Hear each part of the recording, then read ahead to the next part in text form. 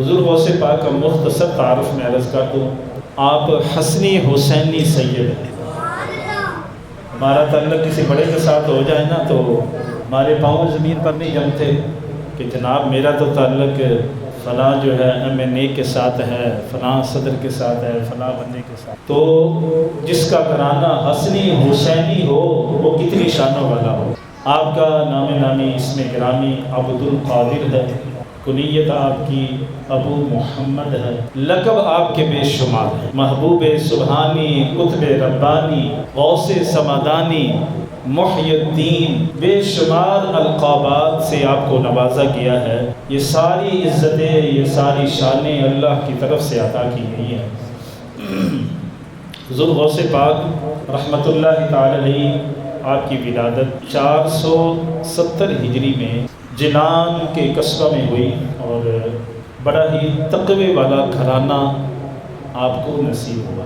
یہ بھی بڑی سعادت ہوتی ہے، ہمارے اختیار میں تو کچھ بھی نہیں ہے۔ کوئی کسی گھر میں پیدا ہو رہا ہے، کوئی کسی گھر میں پیدا ہو رہا ہے، تو یہ بھی اللہ تعالیٰ کا ہی فضل اور کرم ہوتا ہے کہ پیدائش اچھے گھرانے میں اور وہ بھی سید گھرانہ ہو، پھر تو بندے کو بچپن ہی سے چار چاند لگ جاتے ہیں۔ اور پھر اتنا بڑا گھرانہ، یہ واقعات آپ نے سن رکھے ہیں، ان کو مقصد بیان کرنا نہیں ہے۔ حضور غوث پاک رحمۃ اللہ تعالی علیہ کا سب سے پہلے میں علمی مقام بیان کرنے کی سعادت حاصل کروں گا، کیونکہ علم کے بغیر جو ہے وہ اگر کوئی پیر کہے کہ میں پیر ہوں اور ولایت کے اس درجے پر فائز ہوں کہ بڑے بڑے پیر مجھ سے پیچھے ہیں، تو یاد رکھیے علم کے بغیر جو ہے وہ کچھ بھی حاصل نہیں ہوتا۔ میں آپ کی کچھ ارشادات انشاءاللہ آگے پیش کروں گا۔ تو حضور غوث پاک رحمۃ اللہ تعالی علیہ آپ کے متعلق آتا ہے کہ آپ ایک دفعہ کھیت میں تشریف لے گئے اور جو ہل چلانے والا بیل ہوتا ہے نا اس کے پیچھے پیچھے آپ گئے۔ کس مقصد کے لیے؟ بچپن تھا آپ کا کہ میں جا کے نا کھیت میں کام کروں جا کے۔ حضور غوث بیل کے پیچھے ہوا تو اس بیل کو اللہ تعالیٰ نے قوت گویائی عطا فرمائی۔ وہ بیل میری طرف منہ پھیر کے کہتا ہے کہ اے عبد القادر، تم اس لیے پیدا نہیں ہوئے، تم اس کام کے لیے نہیں پیدا ہوئے، یہ لہو و لعب ہے، یہ تو ایک کھیل تماشا ہے دنیا۔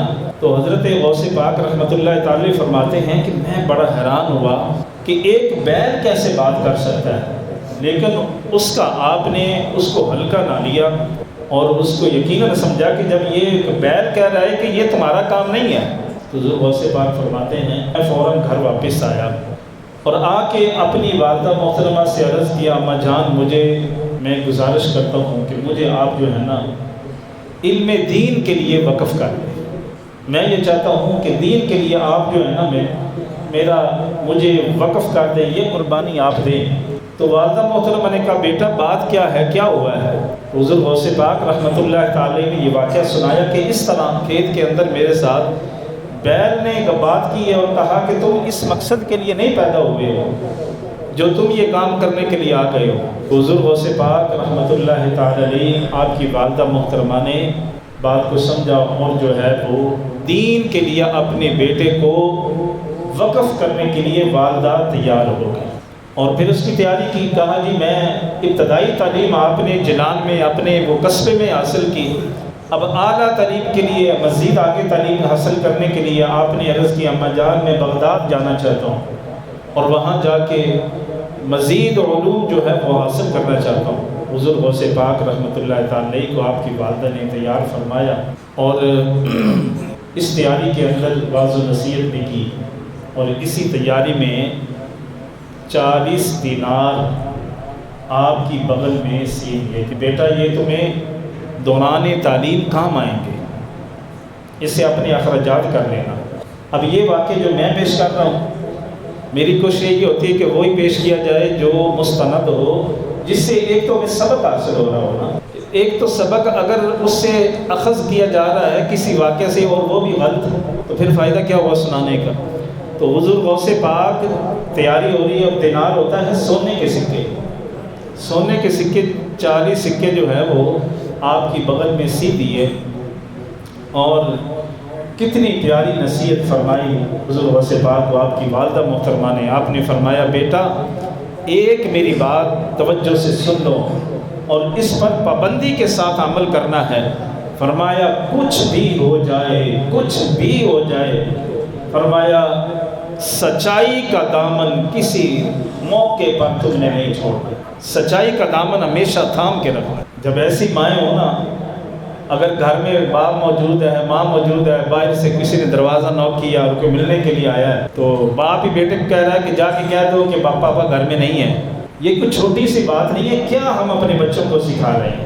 بچہ یہ تو کہہ دے گا، باپ کی اس حکم پر عمل تو کر دے گا، لیکن وہ یہ سمجھے گا اچھا یہ بھی ہوتا ہے کہ بندہ گھر میں موجود ہو اور کوئی آئے ملنے کے لیے تو اس کو یہ کہہ دیا جائے کہ وہ گھر میں نہیں ہے، یہ تو جھوٹ ہے۔ تو پھر اسی طرح وہ بچہ آپ کیا سمجھتے ہیں کہ جب اس طرح کی تربیت ہوگی تو وہ یہی سیکھے گا۔ اس نے تھوڑا یہ کہنا ہے کہ یہ، کیونکہ جو سیکھنے کا عمل ہوتا ہے نا وہ پریکٹیکل سے بچے سیکھتے ہیں گھر میں۔ تو حضور غوث پاک رحمۃ اللہ تعالی علیہ کی والدہ محترمہ نے یہ کتنی پیاری نصیحت فرمائی۔ فرمایا کہ بیٹے تم نے ہمیشہ سچ بولنا ہے۔ اپنے وہ واقعہ سن رکھا ہے، تھوڑا سا اس کو مختصر کر کے عرض کرتا ہوں۔ آپ اپنا سامان لیا، جو قافلہ جا رہا تھا بغداد کی طرف اس کے ساتھ ہو لیے، راستے میں ڈاکو پڑے اور اس قافلے کو لوٹنا شروع کر دیا۔ حضور غوث پاک ابھی بچپن میں تھے، تو یقیناً آپ کو تو کوئی نہیں لوٹ رہا، کیونکہ بچہ لوگ سمجھتے ہیں کہ اس کے پاس کیا ہوگا، لیکن جو گزرتا ڈاکو پاس سے تو وہ کہتا تمہارے پاس کچھ ہے؟ تو حضور غوث پاک کہتے ہاں ہے۔ کیا ہے؟ اور ساتھ یہ بھی کہہ دیتے 40 دینار ہے۔ تو وہ سمجھتے کہ یہ بچہ ایسے ہی بات کر رہا ہے تو گزر جاتے۔ اور پھر جو ہے کوئی اور گزرتا تو وہی یہ سوال کرتا تمہارے پاس کچھ ہے؟ تو حضور غوث پاک فرماتے ہاں ہے میرے پاس 40 دینار ہیں۔ ان کو یقین نہیں آ رہا تھا، تو ڈاکوؤں نے اپنے سردار جو ڈاکو تھا اس کو جا کے بتایا کہ اس لشکر کے اندر ایک بچہ ہے جس سے ہم نے جب بھی سوال کیا تمہارے پاس کچھ ہے تو وہ آگے سے یہی کہتا ہے کہ ہاں ہے میرے پاس، اور میرے پاس 40 دینار موجود ہیں، میری بغل میں سی ہوئے ہیں۔ تو جب سردار ڈاکو کے پاس حضور غوث پاک کو پہنچایا گیا تو اس نے کہا کہ سوال کیا، وہی سوال کہ بیٹا تمہارے پاس کچھ ہے؟ تو آپ نے فرمایا ہاں ہے، میری بغل میں میری ماں نے 40 دینار سیے ہیں، وہ میرے پاس موجود ہے۔ جب وہ تلاشی لی گئی وہ 40 دینار موجود تھے تو وہ بڑا حیران ہوا ڈاکو۔ وہ کہتا ہے کہ یار عجیب بات ہے، آج اگر ہمیں راستے میں کوئی پکڑ لے، ویسے تو جان بچانا فرض ہے، یہ بھی یاد رکھیں۔ آپ سب جانتے ہیں کہ جب کسی پر حملہ ہو جائے تو اپنی جان کی فکر کریں، مال کی فکر نہ کریں۔ کچھ لوگ ایسے ہوتے ہیں کہ وہ مال کی فکر کرتے ہیں اور مال بھی نہیں بچاتے، جان بھی نہیں بچاتے۔ وہ بندہ مار کے آپ کو مار دیں گے، آپ کا مال لے جائیں گے، تو دونوں چیزیں گئی، بندہ بھی گیا مال بھی گیا۔ تو ہر بندہ ویسے چونکہ جو مال و دولت ہوتی ہے اس کا اتنا حریص ہے کہ وہ چاہتا ہے کہ میری جان جاتی تو چلی جائے، میرا پیسہ نہ جائے، یہ میں نے اتنی محنت سے کمایا ہے۔ تو حضور غوث پاک سبحان اللہ کیا بات ہے آپ کی کہ آپ نے اپنی ماں کی اس حکم پر عمل کیا۔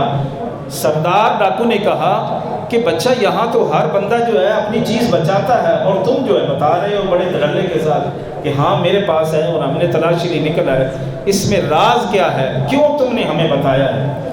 تو انہوں نے کہا جی میں جب گھر سے نکلا ہوں تو میری ماں نے خصوصیت کے ساتھ یہ مجھے نصیحت فرمائی ہے کہ بیٹا کچھ بھی ہو جائے سچ کا دامن نہیں چھوڑنا۔